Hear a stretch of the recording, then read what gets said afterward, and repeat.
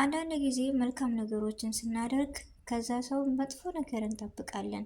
አይገርምም? ዛሬ ኪራ በጣም ነው ያስደሰተኝ። ለምን መሰላችሁ? የተደሰትኩበት ምክንያት ለጽናት ክንዱን ገትሮ በቃ ስሜቱ ገብቶ እውነታዊ ሰው እውነት ዛሬ ኪራ ነው ወይስ አይደለም እስከምል ድረስ ቤቲ ይገባታል በጥፊ የመታባት ምክንያት። እንዲሁም ኪራ እንዴት ናሆምን ሊጠረጥረው ይገባል? በጣም ያሳፍራል። እውነቱን ለምን አይቀበልም ኪራ? ጽናት አንዲት ምስኪን የቤት ሰራተኛ ስለሆነች እንደዚህ ከማድረግ በኋላ እኔንም ልጠረጥሬ ነው ብሎ ቤቴ ደግሞ የማጠረው ነገር የለም። ወይኔ ስታናዳ። አሁን ላይ ደግሞ የሚያሳዝነው ልጇን እኔን ፍቅሬን እንዳሳጣሽኝ ልጇሽን አሳጣሻለሁ ብላታለች። ግን መጨረሻው ምን ይሆን? በጣም ያሳዝናል። ኪራም መጨረሻ ላይ ግራ እየተጋባ ልጁን እንደሚቀበልና እንደሚያሳድግ ቃል ገብቷል። እውነት ግን ይህ ነገር ምን ይመስላችኋል? በመጀመሪያ አሰላሙ አሌይኩም ወራህመቱላሂ ወበረካቱ። ውድና የተከበራችሁ ውድ ቻናል ቤተሰቦች እንዴት ናችሁ? ደህና ናችሁ? ከኔ ጋር አልሐምዱሊላህ። እንደውም ክርስቲያኖች ወንድሞቼ ወደ ኢትዮጵያውያኖች በያለንበት ሰላማችሁ ይብዛ። አላህ ሀገራችንን ሰላሙን፣ አንድነቷን፣ መተሳሰብ፣ መከባበርን ይመልስልን። ለዚህ ቤት አዲስ የሆናችሁ ሰብስክራይብ ማድረጋችሁን እንዳትረሱ። ነባር ቤተሰቦች ከጎን የሆናችሁ ስለምታበረታቱኝ ከልብ አመሰግናለሁ። ዛሬ የናሆም አድናቂዎች ብቻ ዛሬ እንደኔ ግራ ያጋባችሁ በጽናት ድራማ ናሆም ነው ወይስ አይደለም? በቃ ሁሌም መልካም ነገሮችን ይሰራል፣ የሆነ ይቀልዳል ምናምን። አንዳንድ ጊዜ እኮ ቀልደኛ ሰው እውነታዊ ነገር ሲያወራ በቀልድ ነው የምንሄድበት። ያው ስም አንድ ይወጣለችው ይባላል። እና ዛሬ ምን አይነት በቃ እኔ ብቻ ነው ግራ ያጋባኝ ወይስ እናንተም ናችሁ? እስኪ ንገሩ ቤተሰብ።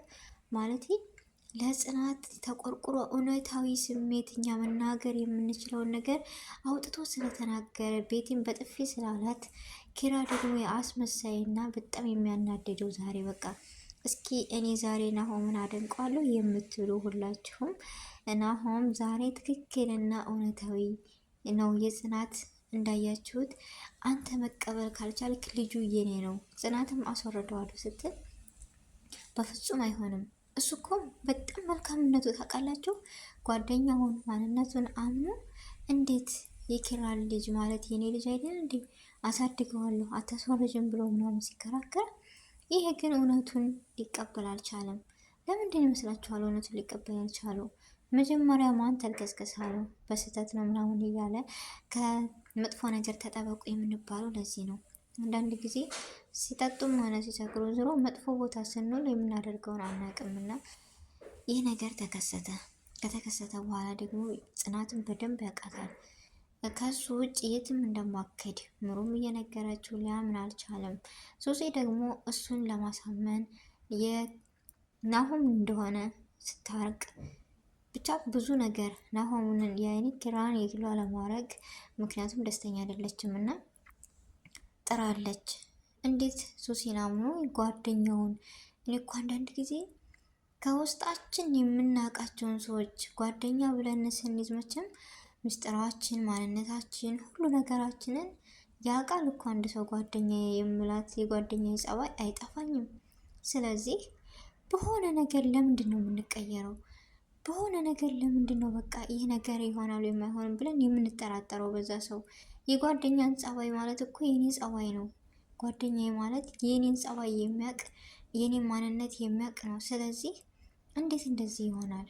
በጣም ያሳፍራል። ኪራ እውነቱን እንደተናገረው ናሆም ወይ ልጅን ትመርጣለህ ወይ እኔ ልጁን እቀበላታለሁ ብሎ ወጥቷል። እውነት የጓደኛ ጥግ በጣም ነው ደስ ያለኝ። መሩም እንዳያችኋት እንደዛ ተናዶ ስሜታዊ የሆነ ሁሉም ሲጠረጥሩት ናሆም ልጁ የኔ ነው አዎ ብሎት ወጣ። ሙሩ ደግሞ እንደዛ ስል የከፋባት ያለቀሰችው እንዳያችኋት ወደ እናቴ ሊሄድ ነው ምናምን ብላለች። እውነቱን ግን ልትናገር አልቻለችም። በአንቺ ቀን ነው ምናምን ብላ ጽናትን ነገረቻት። ጽናት ደግሞ ያለ ሙሩ ከዚህ ቤት ምንም አይደለችም። በጣም አሳዝነኛለች። ሙሩም ለምን ናሆምን ተወደዋለች፣ ይህ ልጅ ግን የንተ ነው የሱ ነው ብላ በመጠራጠሯ እኔ እንጃ ከፋት ልበል በቃ። እና መሄድን በየቦታው መሰደድን ጠላው ብላ አለቀሰች። በጣም አሳዘነችኝ እሷም። ብቻ የዛሬው እኔ ከሁሉም በላይ ያስደሰተኝ ነገር ምንድን ነው? በቃ ናሆም የጽናትን ማንነት ኪራም መጨረሻ ላይ ወደ ራሱ ማንነት ተመልሶ ልጁን እንደሚቀበልና በደስታ እንደሚያሳድግ፣ ግን ጽናት ጋር አብሬ ልቀጥል አልቀጥል አላውቅም ያለበት ምክንያት ለምንድን ነው? እንዴትስ መጨረሻዋ ምን ይሆን? በቃ ከሁሉም ሴቶች እንደዚህ ህይወት ማበላሸት ነው እንደ ኪራ ነገር ግን በጣም ያሳዝናል። ብቻ በዚህ ላይ በዛሬው ድራማ ምን ተማራችሁ? እኔ የተማርኩበት ነገር ቢኖር ናሆም እውነተኛ ጓደኛ የሆነ ልጅና ለእውነት የቆመ ልጅ መሆኑን ዛሬ በዚህ ድራማ ተማርኩኝ። ኪራ ግን በጣም መጥፎ ጸባይና በጣም በቃ የሰው ልጅ እንዴት የማምነውን ሰው በዛ ነገር እንትንላለሁ እና መጨረሻ ውሳኔዬን ላሳውቅ ምናምን ብሎ ሲደውልለት ናሆም ስልኩን ዘግቶ ጠፍቷል። መጨረሻውስ ምን ይሆን? የናሆም እና የኪራ ይታረቁ ይሆን ወይስ ምንድን ነው? እንዳያችሁት ምግብ ልስራ ምናምን ብሎ ኪራም ኩሽና ገብቷል። ከላይ ተኝ ምናምን መንከባከብ ሊጀምር ነው። ግን ጽናትም በማርገዜ መደፈሬ በማንነቴ ደስተኛ ባልሆንም ግን አሁን አንተ ስለተቀየርክ በጣም ደስ ብሎኛል አለች። ጽናት እኮ የዋህና ምርጥ ልጅ ነች ከምር ናሆም እንዳለው ከሷ በላይ ንጽህና፣ ከሷ በላይ የዋህ በቃ ሁሉ ነገር አሟልቶ የሰጣት እሱን እንደምትወደው አላያችሁም? እንደዚህ ለምን አታሳድግላትም ብሎ ሲናገረው በጣም መጥፎ።